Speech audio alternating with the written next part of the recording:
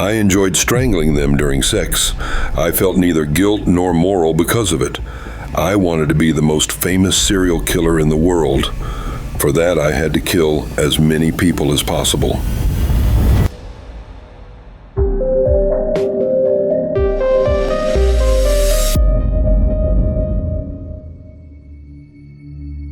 On August 15, 1982, the bodies of two women were found in the Green River, south of Seattle.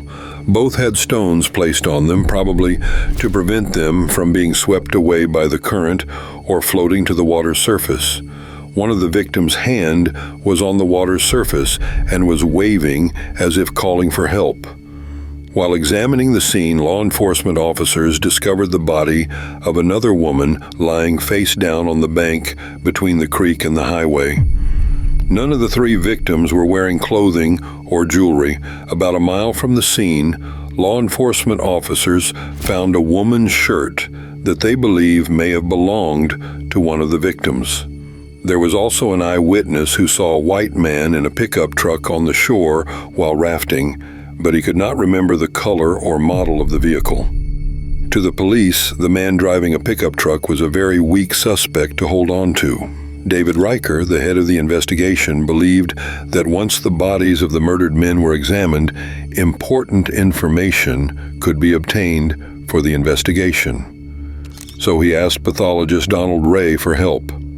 Examining the bodies, Ray found signs of violence on them and concluded that all the women were killed in the same way.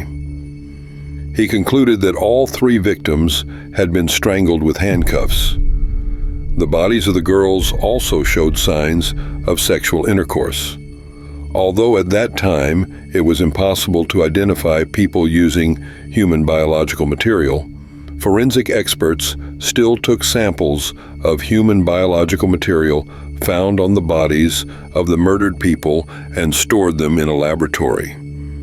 The investigation suggested that the circumstances indicated that the murders were likely sexually motivated.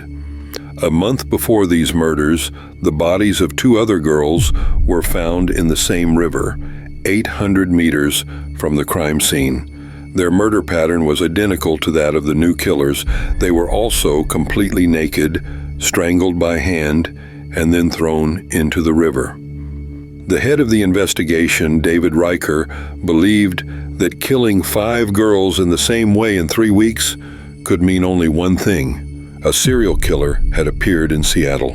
One of the main objectives of the investigation was to identify the murdered girls. After studying police reports, dental records, and fingerprints of the missing girls, the investigation identified all 5 murdered girls.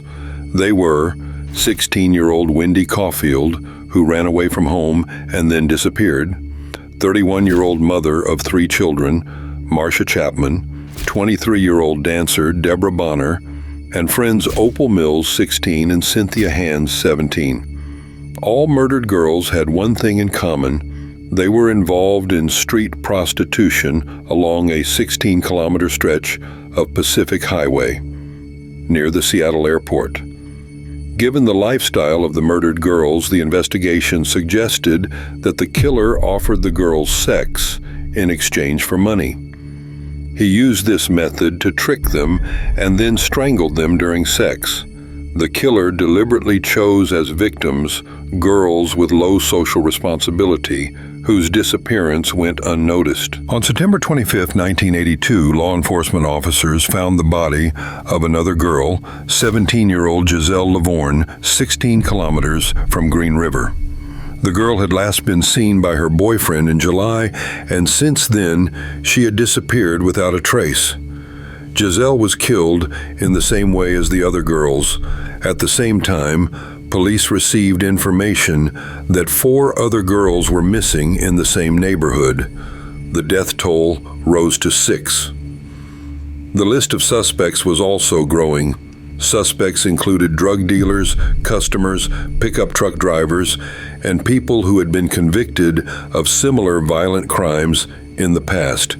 It was necessary to narrow the search area. Reacher turned to an FBI expert psychologist to compile a psychological profile of the killer. However, the FBI's portrait of the serial killer was inaccurate. It was general descriptions such as white male, not a good worker, who changes jobs frequently, not very educated, etc. However, it was also indicated that the killer would try to make contact with the investigation, and the FBI hypothesized that the perpetrator might have offered himself as an informant for the investigation. Their suspicions were confirmed. A few weeks later, a man came to the police station and offered to help in the investigation. The strange person was Melvin Foster. Foster perfectly matched the killer's profile. He had been previously convicted, he knew the streets well, and he often dealt with sex workers on the highway. Melvin denied having a connection to the victims. Though he admitted that he knew these 5 girls, he recalled that he had met with these 5 girls. According to investigators, among the many suspects, Melvin Foster's profile most closely matched that of the serial killer. Chief Investigator David Reichert suggested a polygraph test to Foster, and Foster agreed. Even though polygraph results weren't admissible in court, Reichert hoped the test might still provide useful information for the investigation. A polygraph measures changes in the nervous system in reaction to questions. Its sensors track blood pressure, heart rate, respiration, and sweating. Melvin Foster denied he was the killer, but a polygraph test showed he was lying.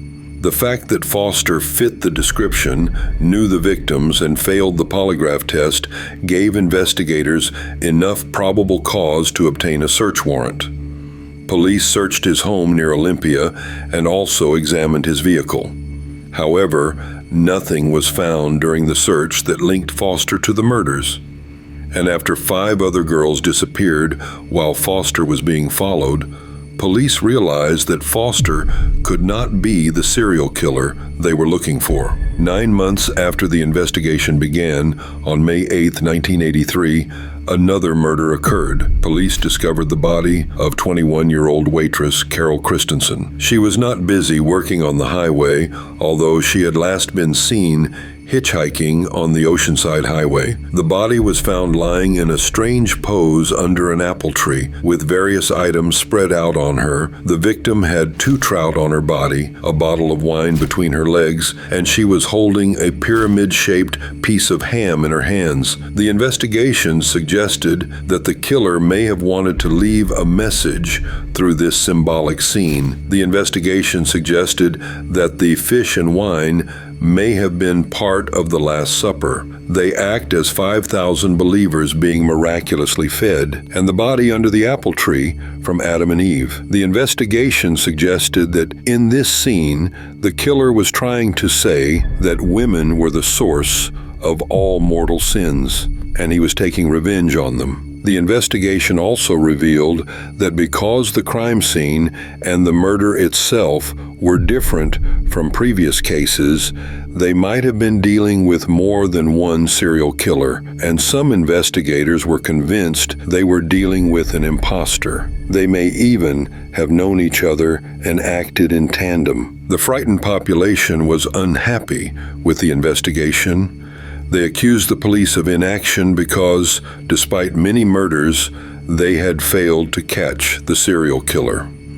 By mid-October 1983, the murder count had risen to 11. The killer began to throw the bodies of the murdered girls in new locations. Subsequent events took on an even more horrifying shape. In a deserted area near the airport, police found the half-decomposed body of a 19-year-old girl, Constance Naoni. The girl was last seen on June 8th as she was on her way to her home near the highway. But that wasn't the only discovery. Near where the girl's body was found, law enforcement officials discovered a cemetery. Some of the girls had been recently murdered, while others were in a semi-decomposed state. One of the dead, 18-year-old Mary Meehan, was 8 months pregnant.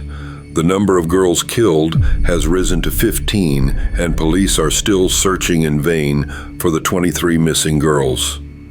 In the months following the discovery of the bodies of the last murdered girls, law enforcement discovered 21 more bodies. Between October 1983 and April 1984, law enforcement officers discovered 21 bodies. The investigation team was already demoralized. But even in such despair, they were still hopeful that the crime scene would change everything, that they would find something that would connect all the facts and lead them to the serial killer. However, there was very little chance. The bodies were so decomposed that it was even difficult for the pathologist to determine the cause of death. Despite this, on decomposed bodies, the killer's handwriting was visible. The victims were young women wearing no clothes or jewelry. Most of those identified turned out to be sex workers who worked on the highway, but police were unable to find any other evidence. The killer hid the bodies of the murdered girls in increasingly remote and inaccessible locations. He did his best to cover his tracks and tried to prevent the police from finding the bodies of the murdered people soon, so that nature and animals would have enough time to do their thing. The police realized that they were dealing with a very clever and cunning serial killer who would not be easy to catch. In December 1984, a young girl named Rebecca Gard went to the police and reported shocking information. The girl was a former sex worker, and as the murdered girls worked on Oceanside Highway. She told police that in November 1982, a young man took her and tried to strangle her during sex, but she managed to break free and escape. She did not report the incident to the police because she thought that no one would believe her because of her profession at the time. Rebecca thought that she managed to escape from the man known as the Green River Killer, and she believed that the information she provided would help the police catch the killer. There were also witnesses who the girl asked for help as she ran away and who saw the assailant's car. Some witnesses claim that the attacker's vehicle was a green pickup truck, while others say it was blue. But Rebecca Gard was sure it was a red pickup truck. Rebecca Gard identified the driver of the pickup truck that attacked her from a database provided by police. He turned out to be 35-year-old motorist Gary Ridgway. Police immediately arrested Gary Ridgway and transported him to the police station for questioning. Ridgway appeared to be a perfectly normal, calm, and balanced man who went to work every day and had a reputation as one of the best employees. He had been divorced several times, but generally gave the impression of being a normal, hardworking, and good person. Gary Ridgway admitted under questioning that he had a sexual relationship with Rebecca Gardy, but denied assaulting her. Police suspected him, but there was no reason to charge him with the murders. Ridgway also agreed to take a polygraph test, which showed that he was telling the truth while denying that he was the killer. Gary Ridgway was then released and removed from the list of suspects. The case stalled again, and the killings seemed to stop. The police considered every possible theory. They thought he might be a serial killer who had been arrested for another crime in another state and was serving time in prison. They also speculated that he might have died or been committed to a mental hospital. Soon, a new weapon was added to the investigation team. It was a computer which could process a large amount of information. And in difficult cases, as was the Green River murder, with more than 4,000 suspects and several rooms filled with case files, computers could provide significant assistance to the investigation. Law enforcement officers entered the Green River murder case data and the names of the suspects into the computer. After processing the information, it became clear that the same first and last name had been repeated many times in crimes committed in different states. That name was Gary Ridgway. As it turned out, he was arrested 3 years ago and was handled by different agencies at different times, but due to a lack of communication between the agencies, the case did not progress. According to information received, law enforcement officials revealed that Ridgway was arrested by the police in 1980 during a raid on sex workers. He was with the 3 missing girls, Kelly McGinnis, Kim Nelson, and Maria Molvar. It also emerged that he had access to several pickup trucks of different colors that eyewitnesses described. Law enforcement officials have set up 24-hour surveillance on Ridgway. The police discovered that Gary Ridgway knew exactly what was happening on the highway where sex workers worked. For example, a new girl on the highway would have immediately caught his attention. He was pretty well aware of who was working on the highway and who wasn't. He seemed to be morbidly obsessed with female sex workers. He often walked along the highway, watching the girls and waiting for his chance. Ridgway operated in his secret world and tried his best to remain undetected. He would suddenly appear on the highway and just as suddenly disappear like a ghost. When law enforcement accessed Ridgway's bank account, they discovered that he was filling up with gasoline at local gas stations near the crime scenes, and at the same time, the crimes were being committed. They also checked his work schedule at the factory where he worked. They also checked the dates of the girls' disappearances, and it turned out that he either had the day off or worked a different shift that day. His ex-wife also told law enforcement that Ridgway liked to have sex outdoors, and they would often go to the riverbank and woods to do that. Law enforcement asked Ridgway's ex-wife to show them the places they had been, and she told police the exact locations where the bodies of the murdered girls were found. Gary Ridgway was arrested by police for the second time. Despite all the circumstantial evidence, law enforcement still did not have decisive evidence that would allow them to charge Ridgway. So they searched his home, work, and car. The police searched every inch of Ridgway's home, workplace, and pickup truck, but found nothing. And without clear evidence, they could not take the case to trial, so they were forced to release Gary Ridgway. But before releasing Ridgway, the medical examiners subjected him to standard procedure and took a saliva sample. This sample was planned to be frozen and preserved until the day when DNA testing could prove Ridgway's innocence or guilt.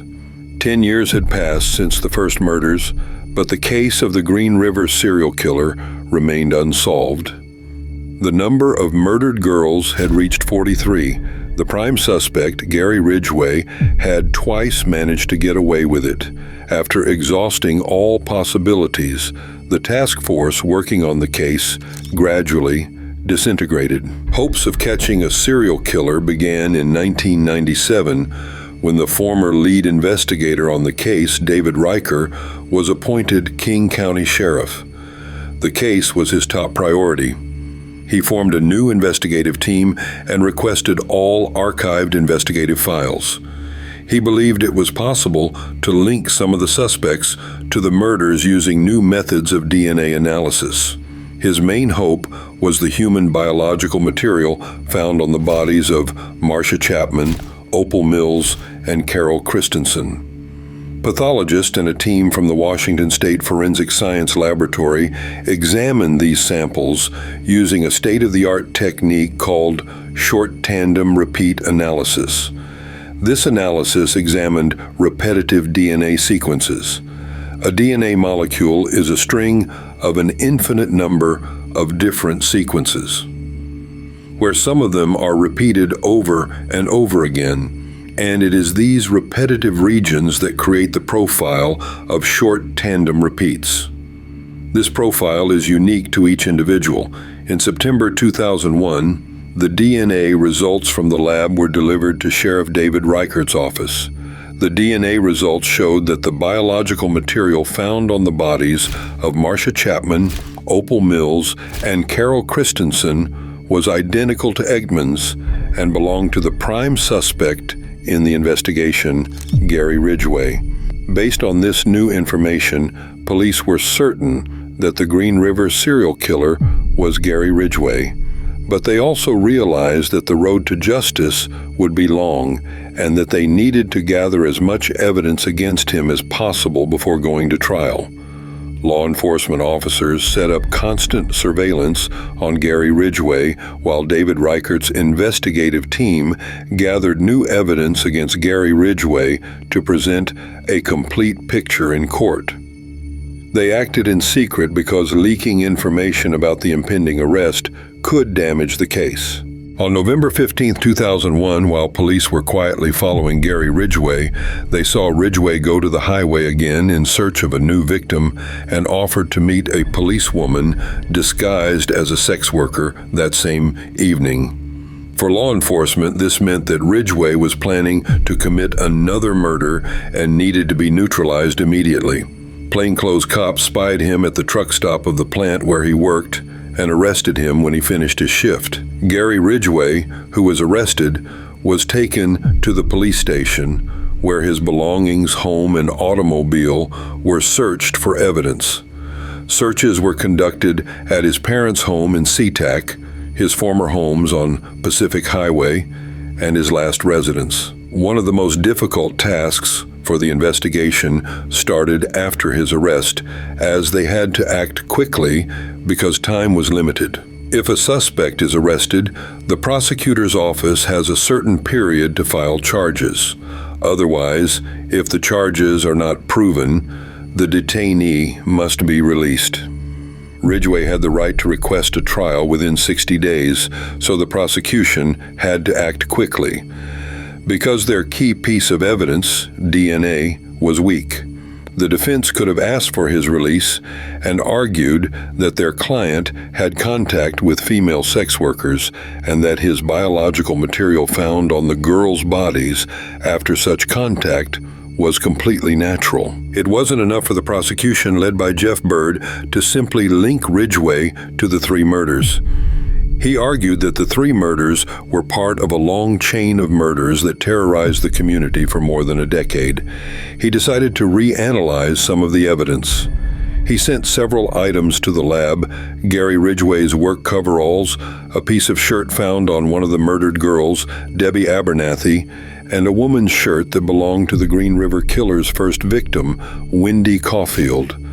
Laboratory tests revealed tiny microscopic paint particles in the fabric of the clothing, the unique shape of which indicates that the paint was applied to the clothing using a spray gun. When a sprayer is used, the paint is sprayed into the air at high pressure, and the paint particles are deposited onto the fabric of the painter's clothing. And when that clothing comes in contact with another object, the paint particles are transferred to the object being touched. The prime suspect, Gary Ridgway, worked at the plant for 30 years as an auto painter. During his contact with the victims, the paint particles were transferred to them and remained on some of their bodies, even years later. The prosecution already had irrefutable evidence that Gary Ridgway was linked to the 7 murdered girls and that they were his victims. However, the only way to find out what happened to the other 40 murdered girls was if Gary Ridgway himself came forward. The prosecution offered the defense a deal: Gary Ridgway's life in exchange for information about the rest of the murdered girls and the whereabouts of the missing, since he was facing the death penalty. It was a very difficult deal, but if the prosecution rejected it, the whole truth would never be revealed, and the question of whether Gary Ridgway was the Green River Killer would remain unanswered. So the prosecution agreed to waive the death penalty for Gary Ridgway if Ridgway would confess to all the murders he committed over 20 years. In front of police video cameras, Gary Ridgway described his horrific crimes without the slightest remorse. He described how he strangled his victims during sex and the pleasure he derived from it. He said he strangled the girls with his hands and sometimes used their clothes or rope to do it. Ridgway was a ruthless serial killer who aspired to go down in American history as the most prolific serial killer of all time. He killed so many women that he couldn't remember the exact number. According to him, he killed more than 50 girls. He showed the police the places where he dumped the bodies of the murdered girls, which the police still did not know about. When law enforcement officers examined the locations he showed them, they found the bodies of 15-year-old Pammy Avant, 17-year-old April Boudarmy, 18-year-old Mary Jane Malvar, and another girl whose identity is still unknown. Gary Ridgway confessed to killing 49 girls. On December 18, 2003, King County Superior Court Judge Richard Jones sentenced Gary Ridgway to 49 years in prison without the possibility of parole. He was also sentenced to an additional 10 years in prison for falsification of evidence in each of the 49 murders.